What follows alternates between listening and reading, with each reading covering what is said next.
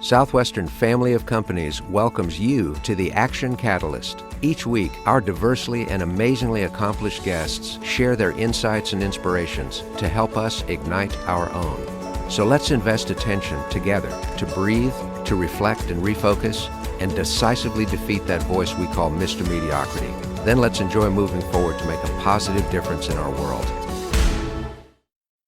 On today's episode, host Dan Moore speaks with Greg Patterson, CEO of the Advisory Group of San Francisco, a multi-year member of Team USA, and an Ironman triathlete, as well as a wealth and life strategist for high-achieving business owners and leaders. He shares lessons on breaking through limiting beliefs and achieving your goals, based on his Ironman journey, as well as his experience building financial stability for his clients. We hope you enjoy. Well, welcome to the Action Catalyst, everyone. This is Dan Moore, and we're so excited to have Greg Patterson here with us today.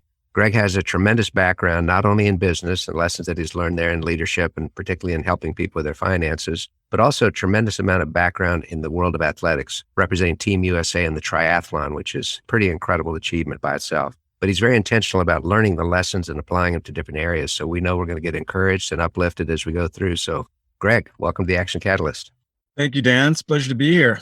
Well, it's good to have you. You know, we always like to have our guests share their bio, but not really the bullet points as much as what were the significant pivot points. In other words, you started off at UC Davis, but somewhere along the way, either before or after that, you also got very involved in athletics and competitive work. What would you say are the main pivots that over time led you to the position of influence that you're in today?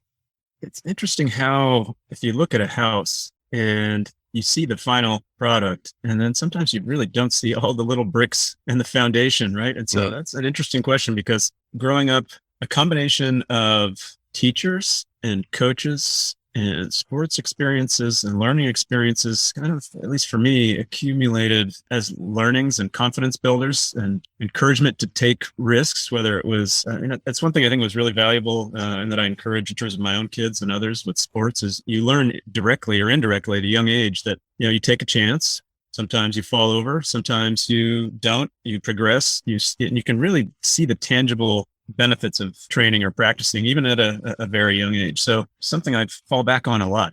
Well, it's like Michael Jordan said, I fail over and over, which is why I succeed. Yeah, that's so true. And I think that the key thing there, you're going to fail. Some people think the only way not to fail is to do nothing, but that's really the only way to guarantee failure, right? Just getting comfortable with failing a lot is half the game, I think. I also know you had a lot of experiences abroad in Spain, more than just a semester abroad. You were there for a good period of time, also in Latin America. Any reflections on how that living in a totally different culture has flavored and impacted what you're doing now? Absolutely. Yeah, I studied in Spain for a year, came back to finish up undergrad, went back, worked for about 2 years, and then later also did a project in Argentina and ended up spending altogether about a year there off and on. Yeah, time in Spain, especially at that younger formative stage. For those of us living in the US, we strategically and maybe militarily, it's an advantage to be more isolated because there are fewer neighbors. But in the global world we're in now, more people in the US would benefit from realizing we're all neighbors now. And so when you go abroad and you meet people and you understand, there's different culture, even if there are lots of different cultures within the US, regardless of color, shape, size, one state to another, one family to another, but you can't avoid or ignore or accidentally miss that when you step out of your own country into another. You learn a lot more if you absorb that and experience it and take it in and allow yourself to adapt to something totally new and different. There's a pretty common pattern of, apparently, when people go abroad, if you go for long enough, where you have this initial excitement phase, and then there's this second phase of, wait a minute, I'm not in Kansas anymore. One of the things that I'm increasingly learning as I progress through my life is how much a driver fear really is for so many people.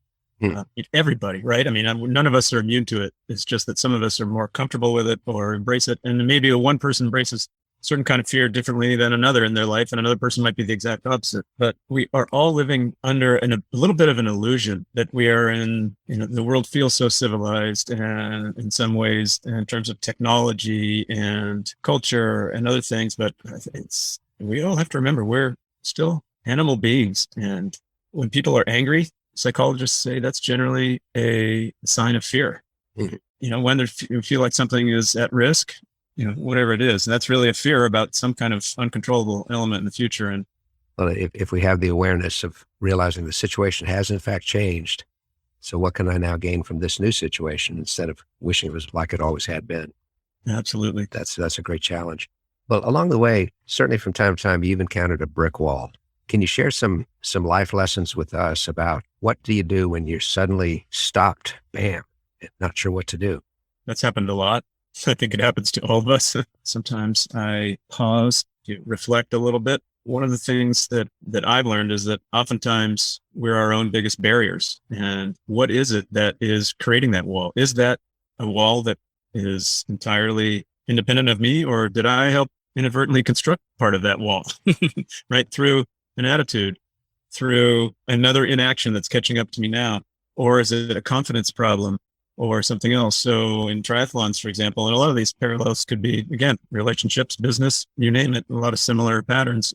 You might be training for something big and you hit a point where you're just not achieving the level of preparation that you need to for a particular goal. And sometimes it might be that you're overtraining. Mm-hmm. And that's a term in sports, especially in endurance sports. And sometimes that can be a tragic flaw because sometimes you have time to recover from that and get back on track, and other times you don't. But if you know what it is and you catch it in time, you can get back, chip through that wall or break through that wall. And sometimes you can do that on your own. And sometimes you really have to stand on the shoulders of giants and work with a coach or an advisor or someone to help you that's been through that before, to say, what you're going through right now is normal. Maybe you overtrained a little bit, or you undertrained a little bit, or you're just fatigued, or you haven't gotten enough rest, or you had a bad race. And sometimes it's just a bad day, but other times it's, you need an adjustment to your training. If you know how to do that yourself, great. If you don't know how to do that, sometimes you need help. And that can apply to finances, triathlons, relationships, you name it. And there's something we sometimes talk about in our business that we call gas pedal risk. And people oftentimes experience this in their careers too, where they're just pushing that gas pedal, going as fast as they can, trying to get to this idea of whatever their, either specific or vague endpoint is, whatever this goal is. And sometimes they burn out and hit that wall saying, well, I'm never going to get there. When in reality, sometimes they need to step back and say, am I actually on track? Am I choosing the right path to get where I really want to go, which really requires that you think through what is that end goal, and is that what you really want? Because sometimes people are following some sort of pre-programmed slingshot that their family or society or something else has set them on, and maybe that's exactly what they really truly do want. Mm-hmm. But sometimes maybe it's not. Maybe it's a little different trajectory, and maybe you can get to that same point or a better point with a little bit less effort. Where to put that energy, where not to put the energy. You also said something else significant a moment ago. Be sure that the goal is something that you really want, not something that you're doing because it's expected of you or seemed like a good idea. I work with a lot of young people and they'll go into college and I'll say, what are you majoring in? And they might have a field like engineering or accounting or finance. So, well, why? Because I hear I can get a good job at that. And I'll say, well, are you interested in the field? Well, not really, but I want to make some money. And they're just a few years away from complete breakdown, career change, existential crisis, something. Because it's somebody else's reasoning. It's not even their own. And I have a daughter who's about to go up to college. And I feel sorry for kids today. It seems like over the last number of decades, there's an increasing pressure to make it, right? And with social media, the imagery and some of the, industry icons, it looks like, well, they just did a startup in college and ended up being a billionaire. So, and it's sure that happens, but it doesn't happen very often. That's not necessarily a recipe for happiness. Mm-hmm. And so, if you think of Maslow's hierarchy, there is a point where having enough money to be able to survive and not be struggling and suffering, that's a big incremental happiness jump. Above that, it's doing something where you feel like you're contributing to society in some way and something that's meaningful to you. But if people jump in straight into college thinking it's more like a vocational school, sometimes people will ask me after my business school experience, well, wouldn't wouldn't you have just rather have done that in undergrad and then so you didn't have to take a break and stop working and give up that income for a couple of years to go back to grad school? And I say, no way. Undergrad is a time to learn how to learn. Undergrad is a time to get excited. And I've suggested to my daughter, do what you love, and you're going to learn how to learn. It's about learning how to learn and getting excited, and look for some professors across departments that are really great at giving an experience to the students more than the material, whatever the material is. Like, get in front of people who get you excited about something, get inspired. If it's not what you love, maybe minor in it, don't major in it.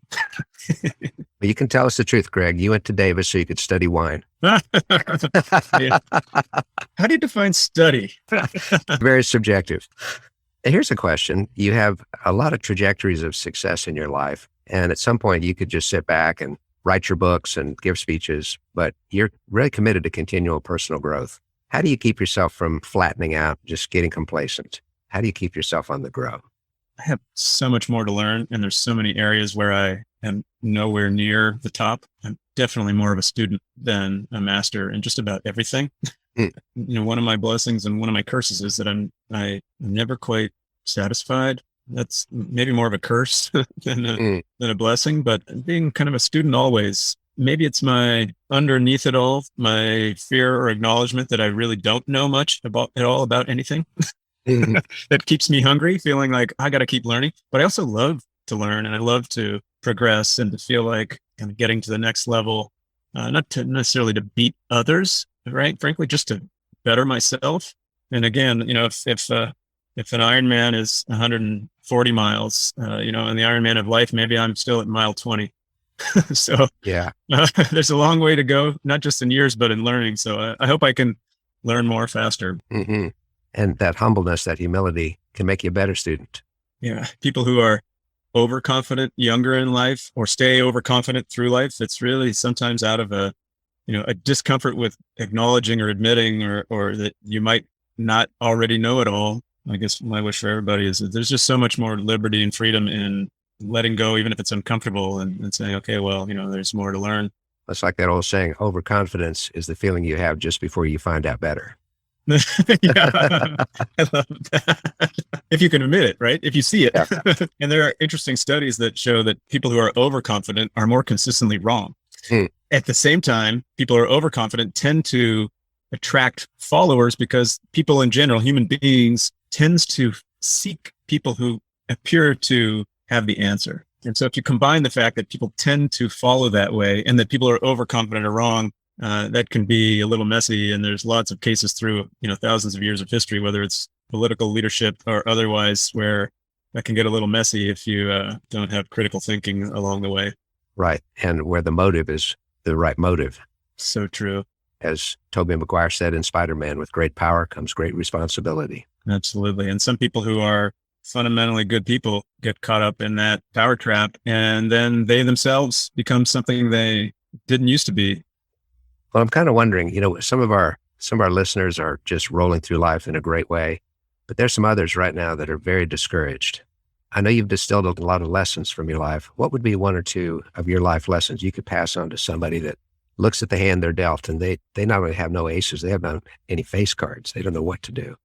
I would have to say first that while we all struggle sometimes, some people just have it a lot harder than others, whether it's structural challenges in society, globally. This challenging balance between planning for the future and living today. And I don't think that's something that anybody ever fully masters. But if you focus entirely on the future, you can burn out on hope, because if you're not figuring out some small, tiny incremental thing you can do today, then you're just kind of living for hope. And there are also research that shows that people who are over dreamers tend to be under doers, because it's sort of like put so much stock in the hope, but find something. Don't think, sometimes it's just one step, right? Just one step. And, we see this all the time in our business. We have a personal wealth side and institutional side, which is endowments and retirement plans. And the retirement plan side, sometimes I'm one of the people that helps those institutional clients. And in a 401k, for example, I'll actually go out and do some of the on-site education. And sometimes people just feel like there's no way they're going to save up to and they feel like they're just never going to be able to retire, and they just can't imagine it. And they just feel like they can barely pay their bills now. And so how could they start saving? But then you see experiences when sometimes we get people, especially if they're young enough where they have more time to make up for it, and they just put a little something away, just start doing it, just do a little piece. And then, we might be back the next year for an education meeting and say, you know what, I'm not really making that much progress. And I might say, hey, hang in there. There's a point where the cumulative effort of the money you're putting in and the average growth over time of the market, eventually, believe me, you just got to stick with it. It's the cumulative effect will start to happen. 5 years later, you talk with that same person, they're saying, hey, it's really starting to work, and begin to see this impact. And then you get a new level of confidence. And people are also suffering because they're worried about the future. They can't imagine getting there. And when they start to peel that away and you start to chip away at that, you can chip away at that just a little bit. And then you say, I can start to see a tiny dot of light at the end of the tunnel. It can change your perspective. It can re-energize you. It can give you a new sense. So regardless of wealth or background, people sometimes suffer for different reasons. And some of it just requires a little bit of chipping away at it and developing a plan. You phrased that in a way I haven't had anybody phrase it before, Greg, and that is the balance between hope, which is future oriented, and some action we can take right now. And that's a shifting balance. But when we're really paralyzed and don't know what to do, focusing on one or two controllable things and doing those with the belief that they'll get us eventually out of that hole. Frankly, if we didn't have hope, we'd never get out of bed in the morning. Exactly. But I love your phrase, people get burned out on hope. They can also get paralyzed about fear of the future. Whereas keeping both of those in a healthy balance and doing what we can do today, that's a really powerful encouragement. And I think it's, the deeper the hole and the wider the hole, the harder it is for people to see that one small action matters. Mm-hmm.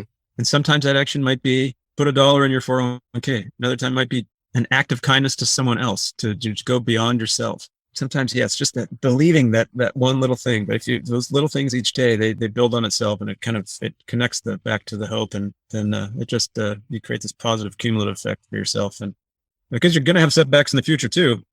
So any hole is really a combination of different holes, right? Like you're stuck in. And so, the more you work on what you can when you can, then when there's another hole comes up, you're not compounding the hole you're already in.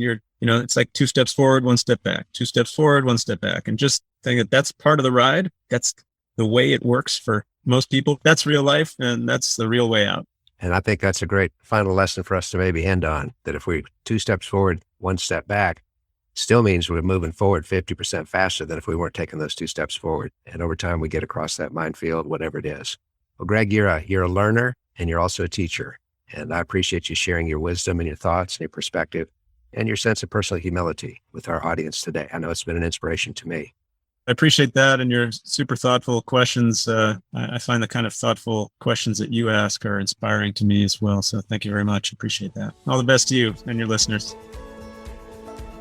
If you enjoyed this podcast, please make sure to subscribe. To stay updated on everything that the Action Catalyst is up to, make sure to follow us on Facebook and Instagram at Action Catalyst Podcast and Twitter at Catalyst_Action. Thanks for listening.